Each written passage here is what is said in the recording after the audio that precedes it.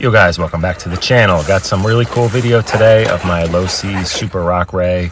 I've been sitting on this video for a while. I kind of forgot that I even filmed this. This is from actually earlier in the spring.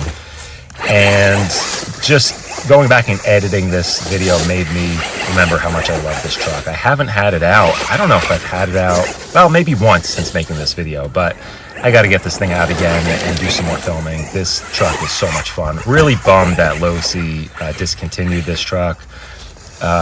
It's so good. It takes a beating, and I've hardly broken anything on this truck. I did strip out a front pinion gear, ring and pinion, just because I was experimenting with diffs, and I really locked up the center diff a little too much, and it was just too much for it to handle. But since then, I've put in an aluminum hot racing front diff case, and it's been perfect ever since then. But anyway, you'll notice this has a little bit of a different look to it. I made these body panels out of Kydex plastic. It's a heat moldable plastic. Really tough stuff. You can get it in different thicknesses, really easy to work with. And aside from just wanting a slightly different look, my stock body was just taking a beating, and it was cracked in a lot of spots. So I wanted something that I can just go out and kind of beat on in the woods like this and not really worry too much about it. Kydex is fairly cheap. You can get big 12 by 12 sheets for $20 for 2 sheets, more than enough to do this truck. And you just don't have to worry about it. Once it's on there, it's really tough stuff. And it also kind of protects the cage a little bit more than what the Lexan would. I really like the look. I made a little, almost a tray, like a flatbed tray on the back where I have that little jack mounted. I think it just kind of has a cool little scale look to it. But man, I absolutely love driving this truck. The things that it's capable of out here. This is the perfect spot to drive this thing. If I could drive better and not crash into rocks all the time. But yeah, this is the perfect spot to drive this. And this is the perfect rig to have out in the woods this time of year when it's covered with leaves and you're not really getting great traction and you don't know what's under the leaves or sticking up above the leaves like that. But yeah, you can't really run a small rig. What I found, you try to get out and with a tent scale in these conditions, it's just not great because just mainly due to the tire size. You know, get something with bigger tires like an SCX6, the 1.6 crawler, or a 6 scale rock racer like this, and you can have a blast. You really don't need great conditions. You could take these out in the snow and the mud, deep leaves, and it just carves through everything. And I mean, look at this, man. You get sick air with this truck with just a 1 foot run up, right? This is running the stock motor.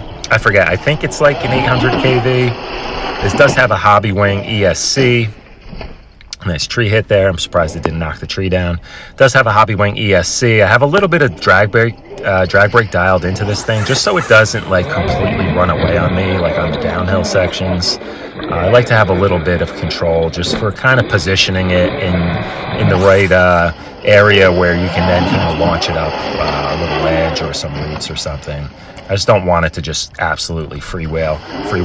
I'm running this on 8S. I have two big 6200 packs in it. I did drop the power down to 75%. I feel like that's just about right. I've run it on 6S at 100%, and that's also pretty good, but I feel like the 8S at 75%, I'm running the stock Spectrum controller, so you can just push that switch down to 75% power on the throttle, and it's just about perfect. You get nice long runtime with it. You get really great torque and plenty of power. I mean, you can just launch this thing with barely any run up. It's got really, really great torque. Other than that, it's mostly stock suspension, stock wheels and tires.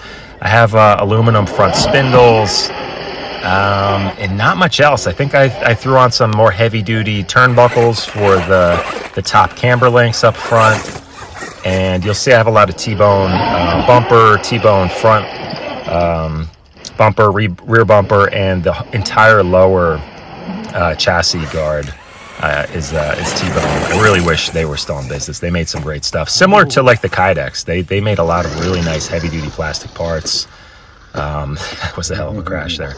But yeah, it's very well protected, and that rear bumper actually has like a built-in skid plate too, which I really like. So again, that's something that you could probably make if you get into working with Kydex. I keep saying I'm going to do a video on how to work with this stuff, but it's real simple. I promise I'm going to do it soon, but I'll show you guys what else I've made from it. But that would be an easy project to make a little skid plate out of Kydex plastic, and it would really help this thing through rocks. Just kind of avoid beating up that rear axle too much.